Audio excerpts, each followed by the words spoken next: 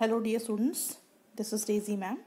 Today we are going to start the next chapter, that is chapter number 5, heat and energy. And in this chapter we are going to learn about the heat. ठीक है, heat क्या है, कौन से sources हैं heat के और किस तरह से हम लोग अलग अलग टेक्निक्स को यूज़ करके हीट को इफ़िशिएंटली यूज़ कर सकते हैं, डिफरेंट फॉर्म्स में हीट कैसे कन्वर्ट होती है और कौन कौन से फॉर्म में हीट कन्वर्ट हो सकती है। तो ये सारी चीज़ें हम लोग इसमें पढ़ेंगे। So let's start. So what is heat? Heat is a form of energy. ठीक है, हीट एक एनर्जी का फॉर्म है जिसकी वजह से हमें गर्माहट महसूस होती है और जिसकी एब्सेंस में हमें ठंडक फील होती है। अगेन किसी भी ऑब्जेक्ट के टेम्परेचर के बारे में अगर हमें पता करना है तो हमें उसकी हॉटनेस या उसकी कोल्डनेस को मेजर करना पड़ता है। एग्जाम्पल के फॉर्म में हम देख सकते हैं कि एक केटल है जिसके अंदर बॉइलिंग वाटर है, वो ज़्यादा गर्म होगा अगर हम उसको कंपेयर करेंगे एक ट्रे से जिसके अंदर आइस क्यूब्स हैं, राइट। और हीट एनर्जी फ्लो करती है हॉटर रीजन से लोअर या कूलर रीजन की तरफ। So it flows from hotter region to colder region. और हीट एनर्जी जो है वो ट्रांसफॉर्म हो सकती है अदर फॉर्म ऑफ एनर्जीज में, जैसे कि लाइट एनर्जी में, साउंड एनर्जी में, इलेक्ट्रिकल एनर्जी में, केमिकल एनर्जी में, मैकेनिकल एनर्जी में, और इस तरह की और भी फॉर्म ऑफ एनर्जी में हीट एनर्जी ट्रांसफॉर्म हो सकती है। ट्रांसफॉर्म मतलब चेंज हो सकती है। और जनरली हम बोल सकते हैं कि एनर्जी जो है वो ट्रांसफॉर्म्ड होती है एक फॉर्म से दूसरे फॉर्म में, और इसमें दो बेसिक लॉस लगती हैं थर्मोडायनेमिक्स की, जो बहुत इंपॉर्टेंट रोल प्ले करती हैं एनर्जी ट्रांसफॉर्मेशन में। अगर हम देखें, हम एनर्जी को अपनी बहुत सारी एक्टिविटीज़ में यूज़ करते हैं डेली लाइफ में, या फिर हम कह सकते हैं हमारी सारी एक्टिविटीज़ जितनी भी हम परफॉर्म करते हैं थ्रू आउट द डे, ठीक है, सब में एनर्जी रिक्वायर्ड होती है। तो इस पर्पस की वजह से हमें पता होना चाहिए कि कौन से अलग अलग एनर्जी के सोर्सेस हैं और उन सोर्सेस की क्या मेरिट्स हैं, क्या डिमेरिट्स हैं, और हमें ये भी पता होना चाहिए कि हम कौन सी टेक्निक्स को यूज़ करके और इस एनर्जी को, यानी कि हीट एनर्जी की हम बात कर रहे हैं, तो ये जो सोर्सेज ऑफ एनर्जी हमें मिल रहे हैं इनको हम और बेहतर तरीके से कौन सी टेक्निक से यूज़ करके हम यूटिलाइज कर सकते हैं। तो रिसेंट ईयर्स में हम लोग जो है ये ग्रीन हाउस इफेक्ट और ग्लोबल वार्मिंग ये टर्म्स सुन रहे हैं, और ये टर्म्स बहुत इंपॉर्टेंट हैं क्योंकि ये टर्म्स क्या कर रहे हैं, हमारे इन्वायरमेंट को डिग्रेड कर रहे हैं, इकोलॉजी को डिस्टर्ब कर रहे हैं। ठीक है, सो अब यही चीज़ हम इसमें पढ़ने जा रहे हैं। तो हम सबसे पहले देख रहे हैं कि हीट को मैं बता रही हूँ कि heat is a form of energy, जो कि मैंने आपको बता दिया कि ट्रांसफ़र होती है ऑब्जेक्ट और सराउंडिंग के बीच में, या फिर दो ऑब्जेक्ट्स के बीच में अगर वो ट्रांसफ़र होगी तो वो टेम्परेचर डिफरेंस की बेसिस पर होगी। एक का टेम्परेचर ज़्यादा होगा, एक का कम होगा, तो जिसका ज़्यादा होगा वो कम की तरफ ट्रांसफ़र हो जाएगा। जैसे कि मैं बता रही हूँ कि हीट एनर्जी फ्लो करती है from hotter region to the colder region. ठीक है, then unit next is units of heat energy. तो जिस तरह से अलग फॉर्म्स ऑफ एनर्जी की यूनिट जूल होती है, उसी तरह से हीट एनर्जी की भी ऐसा यूनिट जूल होती है, where 1 joule is equal to 1 kilogram metre square second inverse two. जबकि किलो कैलोरी और कैलोरी ये दो अदर यूनिट्स हैं जो कि कॉमनली यूज़ की जाती हैं हीट एनर्जी को मेजरमेंट के लिए, और we can say it is use as a unit of measurement of heat energy. Calorie और किलो कैलोरी की डेफिनेशन में पढ़ेंगे कि what is calorie and what is kilocalorie. So a calorie is amount of heat energy required to raise the temperature of 1 gram of water through 1 degree Celsius. So amount of heat energy जो कि 1 gram of water को 1 degree Celsius temperature तक raise करने के लिए जिसकी ज़रूरत होती है उसको ही कैलोरी बोला जाता है। ठीक है, तो calorie is amount of heat energy जो कि 1 ग्राम ऑफ वाटर की टेम्परेचर को 1 डिग्री सेल्सियस तक रेज कर सकती है, उसको कैलोरी बोला जाता है। और अप्रॉक्सीमेटली हम बोल सकते हैं 14.5 degree Celsius to 15.5 degree Celsius. और एक्सपेरिमेंटली जो इसकी वैल्यू फाइंड आउट की गई है वह है 1 calorie is equal to 4.186 joule. और 1 कैलोरी को की वैल्यू जो है वो बेसिकली 4.2 जूल ली जाती है, जिसमें हम कैलोरी को जूल में कन्वर्ट करते हैं या फिर जूल को कैलोरी में कन्वर्ट करते हैं। तो इस कन्वर्जन में 4.2 जूल वैल्यू को लिया जाता है। तो किलो कैलोरी वो अमाउंट ऑफ हीट एनर्जी होती है जो कि 1 किलोग्राम ऑफ वाटर को 1 डिग्री सेल्सियस टेम्परेचर तक रेज करने के लिए रिक्वायर्ड होती है। ठीक है, तो इसकी वैल्यू देखेंगे 1 kilo calorie is equal to 1000 calorie, that is equal to 4186 joule. Next we will see temperature. तो किसी भी ऑब्जेक्ट के टेम्परेचर को हम किस तरह से मेजर करते हैं, वो कितना गर्म है या कितना ठंडा है। तो इसके बेसिस पे हम इसको कैसे डिफाइन कर सकते हैं, temperature of an object as its thermal state which would determine the direction of flow of heat from the object to another object which is in thermal contact with it। यानी कि temperature को, किसी भी object के temperature को हम define कर सकते हैं कि वो उसकी वो थर्मल स्टेट होती है जिसमें जो हीट का जो डायरेक्शन होता है उसको हम डिटरमाइन करते हैं कि एक ऑब्जेक्ट से दूसरे ऑब्जेक्ट में उस हीट फ्लो का क्या डायरेक्शन है, जबकि वो दो ऑब्जेक्ट जो है वो एक दूसरे से थर्मल कांटेक्ट में है। ठीक है, तो अगर हीट फ्लो करती है गिवन ऑब्जेक्ट, यानी कि ऑब्जेक्ट ए मान लीजिए, अगर ऑब्जेक्ट ए से ऑब्जेक्ट बी पे हीट फ्लो कर रही है तो टेम्परेचर ऑब्जेक्ट ए का ज़्यादा होगा। और दूसरे हैंड अगर हीट फ्लो ऑब्जेक्ट बी से ऑब्जेक्ट ए पे जा रही है तो इसका मतलब है टेम्परेचर ऑब्जेक्ट बी का ज़्यादा है। तो ये अगर दो ऑब्जेक्ट्स का टेम्परेचर एकदम सेम है, ठीक है, सेम टेम्परेचर है ऑब्जेक्ट ए और ऑब्जेक्ट बी का, तब हम कह सकते हैं that they are in thermal equilibrium state, वो थर्मल इक्विलिब्रियम स्टेट में हैं। ठीक है, ऑब्जेक्ट के टेम्परेचर को मेजर करने के लिए हम थर्मामीटर को यूज़ करते हैं, यूनिट है। तो टेम्परेचर की एसआई यूनिट केल्विन है और इसको हम कैपिटल के से डिनोट करते हैं, जबकि कॉमनली टेम्परेचर को एक्सप्रेस किया जाता है डिग्री सेल्सियस से। ठीक है, सी यहाँ पे इसका सिंबल है, डिग्री सेल्सियस से इसको डिनोट किया जाता है। और 1 डिग्री टेम्परेचर का जो साइज़ होता है वो सेल्सियस और केल्विन स्केल दोनों पर सेम होता है, लेकिन जो अगर हम देखेंगे 0 सेल्सियस स्केल पे जो ज़ीरो होता है उसको केल्विन स्केल पे 273 कंसीडर किया जाता है। अगर सेल्सियस पे 0 है तो केल्विन स्केल पे उसकी वैल्यू 273 होगी। तो इसी के बेसिस में टी टेम्परेचर सेल्सियस पे इज इक्वल टू उसका वैल्यू हो जाएगा T + 273 आ जाएगा। ठीक है, यानी कि केल्विन स्केल पे वैल्यू कितना है 273 है, लेकिन सेल्सियस पे कितना है 0 है। तो यहाँ पे आ जाएगा, इसके बाहर हम के लिख देंगे एंड टी के, यानी अगर हम केल्विन की बात कर रहे हैं तो is equal to T minus, क्योंकि वहाँ पे 0 है तो यहाँ पे क्या हो जाएगा -273, क्योंकि सेल्सियस स्केल पे वैल्यू 0 है। तो यहाँ पे हम लिखेंगे T - 273।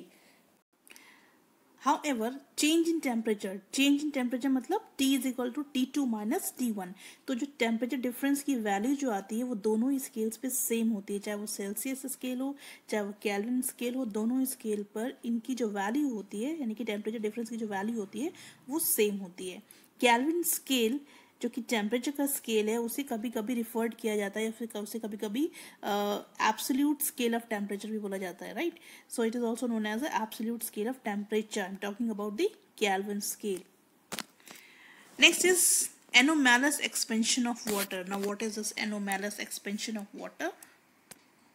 हम लोगों को थर्मल एक्सपेंशन के बारे में पढ़ा है, सॉलिड और लिक्विड के बारे में हम लोगों ने पढ़ा है, हम लोगों ने मेटल में इस चीज़ को पढ़ा हुआ था। ठीक है, तो वही है कि जब हम सॉलिड या लिक्विड को हीट करते हैं तो वो हीट की वजह से एक्सपेंड होते हैं, मतलब फैल जाते हैं, स्प्रेड हो जाते हैं। जनरली क्या होता है कि जब हम सब्सटेंस को हीट करते हैं तो वो एक्सपेंड होते हैं और जब हम उनको ठंडा करते हैं तो वो कॉन्ट्रैक्ट होते हैं। लेकिन वाटर इससे बिल्कुल ऑपोजिट एक कैरेक्टर शो करता है और इसीलिए इसको बोला जाता है एनोमैलस बिहेवियर ऑफ वाटर। वाटर में क्या होता है कि 0 डिग्री सेल्सियस से 4 डिग्री सेल्सियस के बीच में, इस रेंज के बीच में जो वाटर मास का वॉल्यूम होता है वो डिक्रीज होता है हीट करने में। डिक्रीज कब होगा? जब कॉन्ट्रैक्ट होगा। ठीक है, तो और इंक्रीज होता है जब उसको ठंडा किया जाता है। तो इसीलिए इसको बोला जाता है एनोमैलस एक्सपेंशन ऑफ वाटर, क्योंकि यहाँ पे उल्टा हो रहा है। जब हम हीट कर रहे हैं 0 to 4 डिग्री सेल्सियस के बीच में, जब हम हीट कर रहे हैं वाटर को तो वो कॉन्ट्रैक्ट हो रहा है, और जब उसको ठंडा कर रहे हैं तो वो एक्सपेंड हो रहा है। तो ये एक तरह से जो नॉर्मल जो नॉर्म्स हैं एक्सपेंशन के, थर्मल एक्सपेंशन के, उससे डिफरेंट ये बिहेवियर करता है। तो अगर हम मान लीजिए कि अगर हमने एक डेफिनेट अमाउंट ऑफ वाटर को ले लिया, ठीक है, मास ऑफ वाटर को ले लिया है और उसका जो टेम्परेचर है वो हमने 0 डिग्री सेल्सियस पे लिया है और हम धीरे धीरे उसको हीट करना स्टार्ट करेंगे, तो हमको पता चलेगा कि जब टेम्परेचर रेंज 0 से 4 के बीच में आएंगे तो जो वॉल्यूम है, ठीक है, एक्सपेंशन मतलब एक्सपेंड होने की बजाय वो कॉन्ट्रैक्ट हो जाएगा।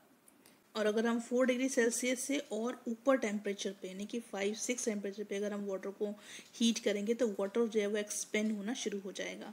इसी तरह से अगर हमने मान लीजिए वाटर लिया है, ठीक है, मास ऑफ वाटर लिया हुआ है, उसको मेंटेन किया हुआ है एक हाइयर टेम्परेचर पे, दैट इज़ मोर देन 4, मान लीजिए हमने 10 डिग्री सेल्सियस पे उसको मेंटेन किया है और फिर हमने उसको धीरे धीरे ठंडा करना शुरू किया, तो 4 डिग्री सेल्सियस तक वो ठंडा होता चला जाएगा और जब 4 डिग्री सेल्सियस पे पहुंचेगा तो वाटर का जो वॉल्यूम है वो कॉन्ट्रैक्ट हो जाएगा।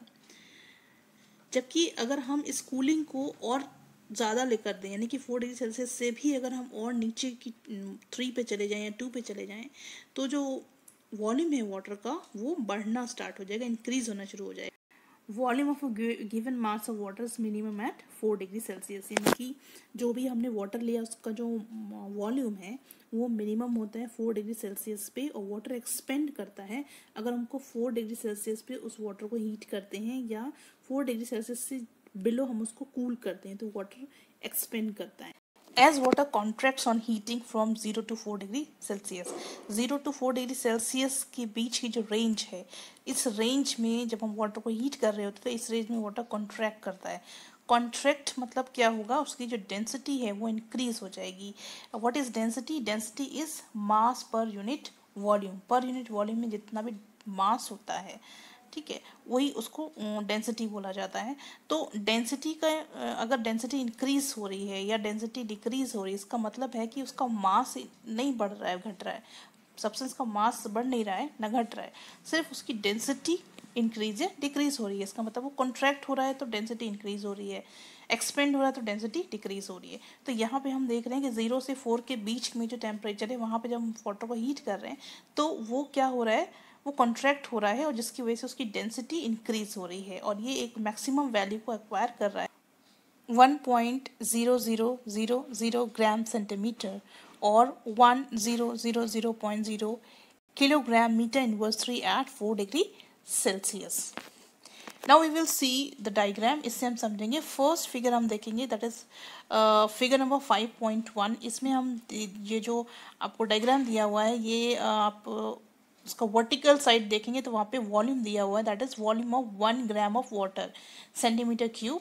और हॉरिजॉन्टली देखेंगे तो आपको टेम्परेचर दिया हुआ है जो कि 0 से 10 डिग्री सेल्सियस पे दिया हुआ है। और जो ये ग्राफ जो आपको शो कर रहा है, सॉरी ये जो फिगर जो कर्व आपको शो कर रहा है, ये कर्व आपको दिखा रहा है वेरिएशन ऑफ वॉल्यूम, ठीक है। तो अगर आप 4 पे देखेंगे, 4 तो 4 पे यहाँ पे देखेंगे, 4 पे आपको दिखाई देगा कि ये जो वॉल्यूम है वाटर का वो यहाँ इस एरो से यहाँ से कम होते होते होते जब ये 4 पे पहुँचा है, यानी कि 0 से जब ये 4 तक पहुँचा है तो ये जो कर्व आपको दिख रहा है ये कर्व आपको डिक्रीज होता हुआ दिख रहा है और ये 4 डिग्री सेल्सियस पे वाटर का वॉल्यूम आपको मिनिमम मिल रहा है, ठीक है। तो ये वॉल्यूम का आपको यहाँ पे कर्व दिख रहा है। और अब सेकंड वाले में देखेंगे 5.2 में देखेंगे, ये यहाँ पे जो वर्टिकल आपको दिख रहा है, वर्टिकल साइड में डेंसिटी दी हुई वाटर की ग्राम सेंटीमीटर क्यूब और टेम्परेचर अगेन 0 to 10 दिया हुआ है। अब इसमें हम देखेंगे 0 से लेके 4 तक, ये डॉटेड लाइन आपको जो दिख रही है 0 से लेके 4 तक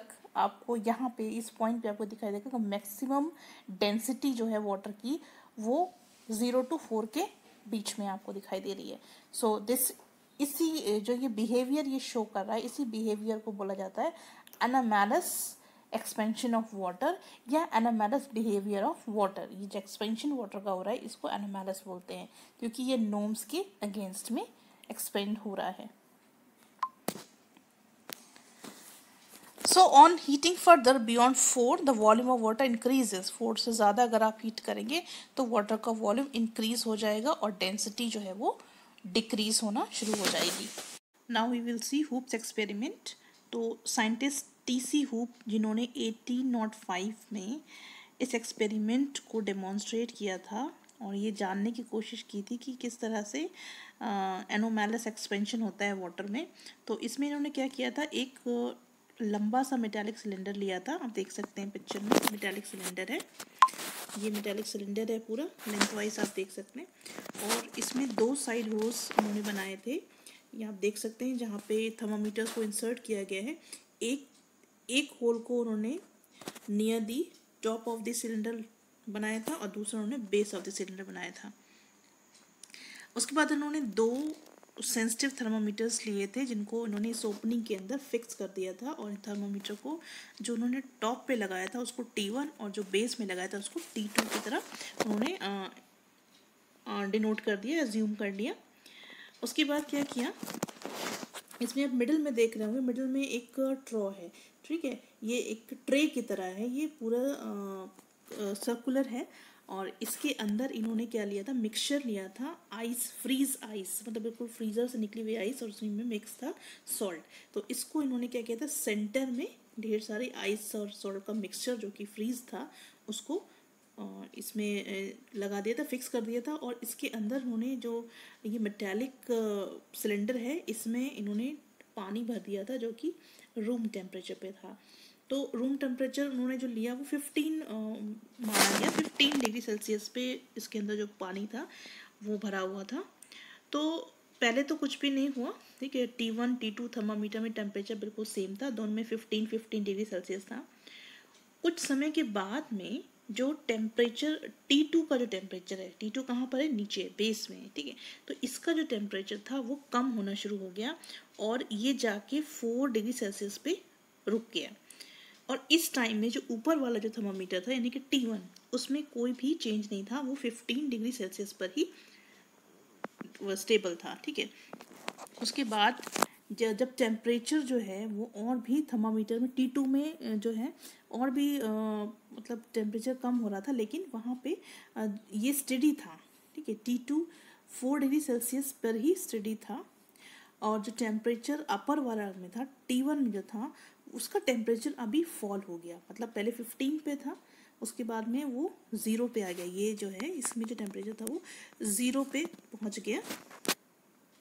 तो जो फाइनल टेम्परेचर T1 और T2 ने शो किया वो था, T1 पे फाइनल टेम्परेचर 0 था, T2 पे जो फाइनल टेम्परेचर था वो 4 डिग्री सेल्सियस था, ठीक है। तो ये टेम्परेचर डिफरेंसेस यहाँ पे दिखाई दिए और इससे पता चल गया कि वाटर जो है वो एनोमैलस एक्सपेंशन शो करता है, एक डिफरेंट टाइप की प्रॉपर्टी को वो शो करता है। Now these are the graphs which are showing the reading in thermometer T1 and T2। लेकिन इन ग्राफ को समझने से पहले हम पहले इस एक्सपेरिमेंट के एक्सप्लेनेशन को समझेंगे कि क्या एक्सप्लेनेशन है इसका, क्या ऑब्जर्वेशन हमको मिले हैं। तो स्टार्टिंग में क्या था, जितना भी पानी मेटेलिक सिलेंडर के अंदर था वो सारा रूम टेम्परेचर पे था, जिसको हमने 15 डिग्री सेल्सियस माना।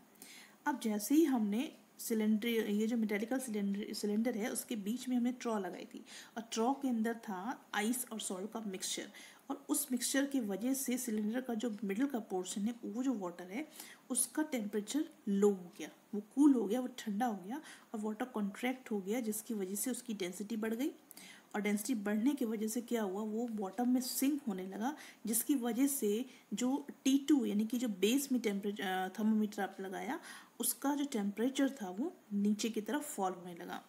अब और जो टेम्परेचर अपर पार्ट में था वाटर के वो वैसे ही था, तो जो T1 में जो टेम्परेचर था वो 15 ही था, वेरएस T2 में जो टेम्परेचर था वो फॉल होना शुरू हो गया था। तो अब ये जो एक सिचुएशन है वो तब तक बनी रही जब तक T2 में 4 डिग्री सेल्सियस तक टेम्परेचर नहीं पहुंच गया। जब T2 में 4 डिग्री सेल्सियस टेम्परेचर आ गया तो उस टाइम पे क्या हुआ, जब उससे और नीचे, मतलब वाटर तो अभी ठंडा है, तो अगर अब फर्दर कूलिंग जब स्टार्ट हुई यानी 4 डिग्री सेल्सियस से जब बिलो चले जाने की बात हो रही है, यानी कि 3 या 2 में जब जा रही है, तो उसमें वाटर जो है उसका वॉल्यूम इंक्रीज हो गया, और यहाँ पे उसने अपनी प्रॉपर्टी दिखाई, अपनी बिहेवियर दिखाया, that is anomalous nature of expansion, जिसकी वजह से वाटर की जो डेंसिटी थी वो कम हो गई, और इस रीजन से जो पानी सिलेंडर में था वो राइज होने लगा, और जब पानी ऊपर की तरफ उठने लगा तो जो ऊपर थर्मामीटर था उसकी जो रीडिंग थी वो 15 से 0 डिग्री सेल्सियस पे फॉल हो गई।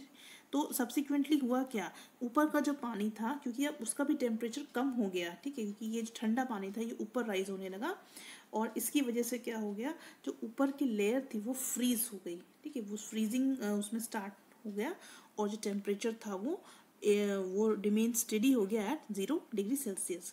तो फाइनल टेम्परेचर जो T1 ने शो किया वो 0 डिग्री सेल्सियस था, और जो T2 ने शो किया वो 4 डिग्री सेल्सियस था।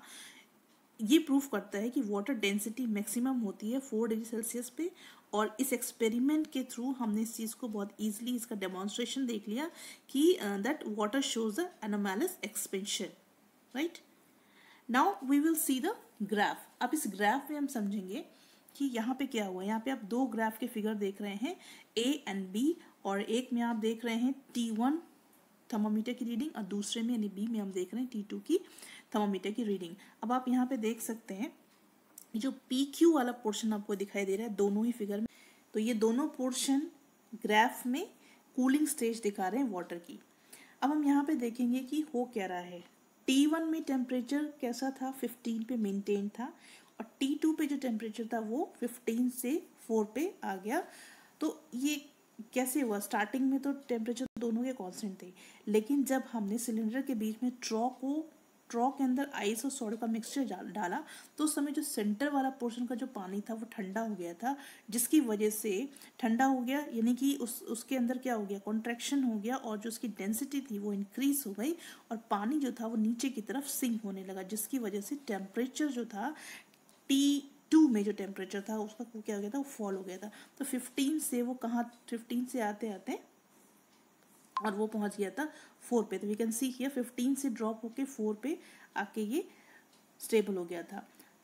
उस समय तक यहाँ पे कुछ नहीं हुआ था, यानी कि T1 में कुछ भी प्रॉब्लम नहीं हुई थी, वो एकदम स्टेबल था, 15 to 15 था।